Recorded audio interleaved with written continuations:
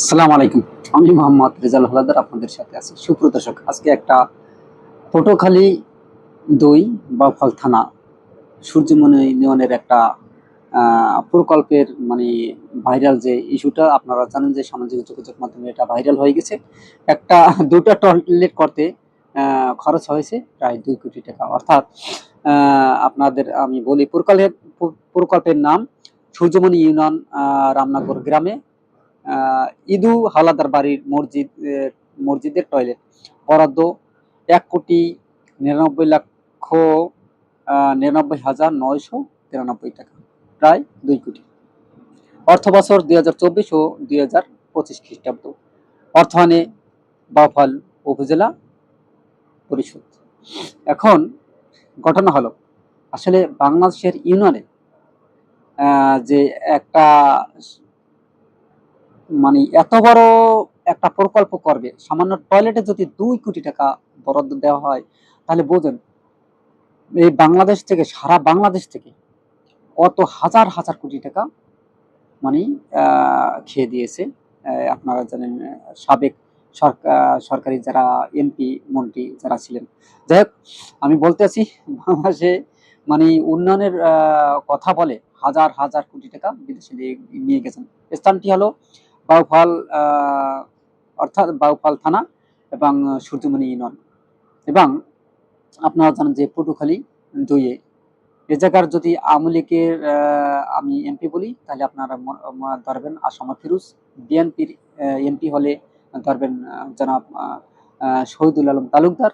এবং জামাতের এমপি হলেন আপনার ডক্টর শফিকুর রহমান মাসুদ ভাই, বর্তমানে তিনি এমপি আছেন। যাই হোক, সেই আসনে আসলে এরকমের একটা দুর্নীতি মানে যা হয়েছে তা কিন্তু সারা বাংলাদেশ জুড়ে এটা ভাইরাল হয়েছে। দেখেন, আমাদের দেশের যে এমপি মিনিস্টার যারা আছেন, তারা যে কোনো একটা প্রকল্প বাস্তবায়নের ক্ষেত্রে কত হাজার হাজার কোটি টাকা যে লোপাট করে, তা আপনারা কল্পনা করতে পারবেন না। আগে আপনাদের এই কিছু ভিডিওটা দেখাই, পরে আপনারা অবশ্যই বুঝতে পারবেন, তারপর আমরা পরে বিশ্লেষণ করছি।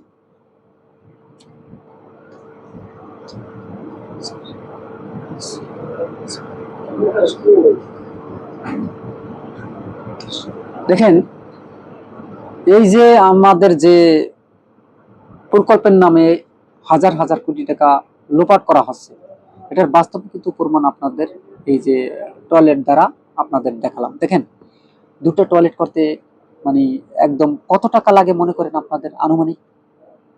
হয়তোবা যদি জোর হয়, স্বাভাবিক মাত্রায় যদি জোর হয়, হয়তোবা ২টা টয়লেটে আপনার যেতে পারে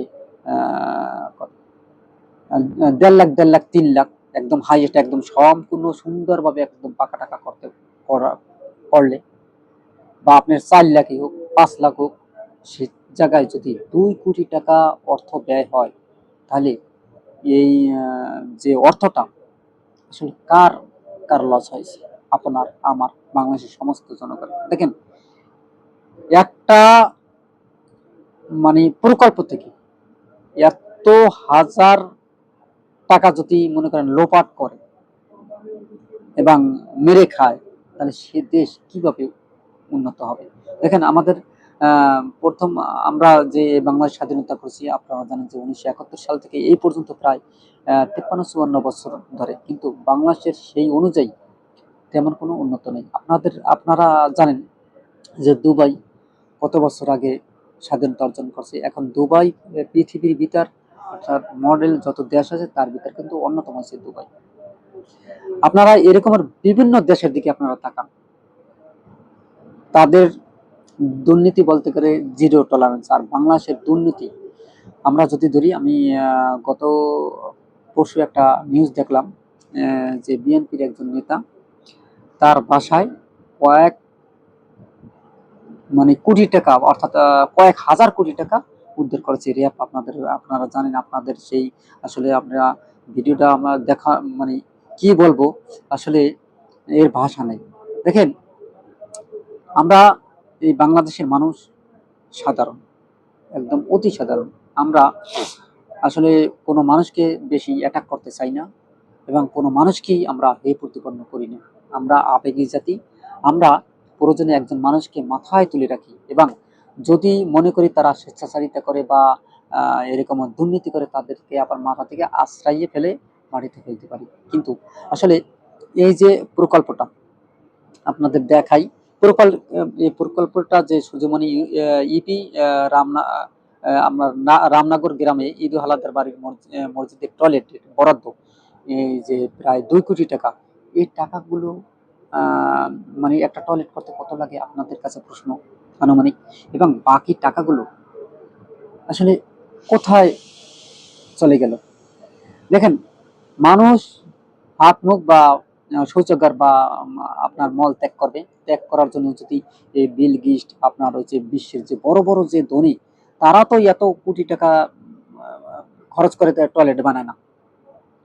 সে ওই টয়লেটে যদি দুটা এসিও দেওয়া হতো, সব সময় কারেন্ট বিদ্যুৎ বিলও দেওয়া হতো, এবং আরো যদি সুন্দর করে করা হতো, তাহলে কি আপনার 10 লাখ টাকা ব্যয় হয় বলেন? সেই জায়গায় যদি 2 কোটি টাকা বরাদ্দ হয়, তাহলে বোঝেন সারা বাংলাদেশ থেকে যে মেগা প্রকল্পগুলো আছে, আপনার পদ্মা ব্রিজ, রূপপুর পারমাণবিক বিদ্যুৎ কেন্দ্র, আপনারা জানেন যে বর্তমানে প্রধানমন্ত্রী তারেক রহমান তিনি কিন্তু বলেই দিয়েছেন আমাদের এবার এই কর্ণফুলী টানেল, এই টানেল, পদ্মা সেতু এবং রূপপুর পারমাণবিক বিদ্যুৎ কেন্দ্র থেকে কত হাজার হাজার কোটি টাকা আত্মসাৎ করে বিদেশে পালিয়ে গেছে। দেখেন, আমরা আসলে সবই এই এই যে আপনার রূপপুর পারমাণবিক বিদ্যুৎ কেন্দ্রে আপনারা জানেন যে সেখানে কাদেরকে দিয়েছে? ভারতের ভারতের দালালকে দিয়েছে এবং ভারতের দিয়েছেন। আসলে এরা এত একটা খারাপ জাতি, অর্থাৎ বাংলাদেশকে মানে কিভাবে চুষে চুরমার করে খেতে পারবে, সেটা আসলে সব সময় তারা উদ্গ্রীব হয়ে থাকে। আসলে আমাদের দেশটা একটা ছোট দেশ। এই ছোট দেশের প্রতি তাদের এতটা লোভ কেন, এতটা মানে লালসা কেন, আমি বুঝি না।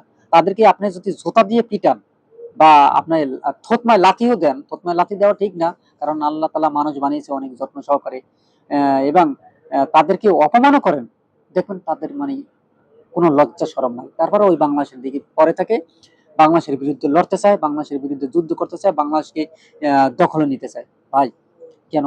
আপনাদের ভারত আছে না, তারা সেটা নিয়ে পড়ে থাকেন।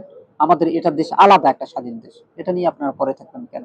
যে বলতেছেন আপনারা, বলতেছেন যে এই টয়লেট থেকে আপনি এখানে চলে আসলেন কেন? ভাই, এই যে প্রকল্পগুলো আছে বড় বড়, যে প্রকল্প, মেগা প্রকল্প, সেটা নিয়ে আমি সম্পূর্ণ মানে ওই কথাটা বলতে গিয়ে এই কথাটা চলে আসলাম। দেখেন, একটা টয়লেট, সামান্য টয়লেটে যদি মনে করেন এত কোটি টাকা লাগে, প্রায় 2 কোটি টাকা, তাহলে এই যে বড় বড় মেগা প্রকল্পগুলো, আমরা যে কথাগুলো শুনছি, তাহলে সেই মেগা প্রকল্প থেকে কত হাজার হাজার কোটি টাকা লোপাট করেছে বুঝেন। এবং আমি মনে করি যারা এর সাথে জড়িত, এই প্রকল্পের সাথে জড়িত, প্রত্যেকটার নামে অবশ্যই মামলা করা উচিত, সরকারিভাবে মামলা করা উচিত, এবং প্রত্যেকটাকে ধরে থানায় নিয়ে জিজ্ঞাসাবাদ করা উচিত, এই বাকি টাকা তোরা কি করছো। তাহলে দেখবেন সব সুরসুর করে বের হয়ে আসবে। তবে আমি মনে করি শুধু আওয়ামী লীগ না, এখন বর্তমানে ক্ষমতাসীন দল আছেন কে? বিএনপি, তারা ড্রাইভিং আছেন। প্রত্যেকটা এমপি মন্ত্রীদের শোকজ করা উচিত, তাদের বাড়িতে দুদক পাঠানো উচিত, র্যাব পাঠানো উচিত, সব কিছু দিয়ে তল্লাশি চালানো উচিত। প্রত্যেকটা ব্যাংক তলব করা উচিত যে কে কত টাকা ব্যাংকে রাখে, কে কত টাকা লেনদেন করে, প্রত্যেকটা মানে সবাকে যদি এরকমের চোখে রাখে, তাহলে দেখবেন একটা মন্ত্রী এমপি টাকা ধরার কোনো সাহস পাবে না। তাহলে কিন্তু বাংলাদেশ আপনার উন্নয়নের পথে যাবে। তা না হলে এই বাংলাদেশ, যেই বাংলাদেশ, সেই বাংলাদেশই পরে থাকবে, ভাঙ্গা দেশ হিসেবে আমরা বিশ্বের দরবারে পরিচিত হব। সুপ্রিয় দর্শক, আপনারা কি মনে করেন?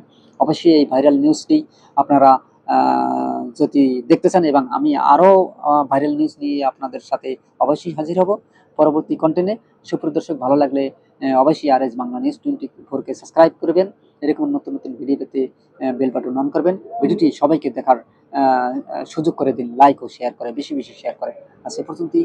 আসসালামু আলাইকুম রহমতুল্লাহি ওয়া বারাকাতুহু।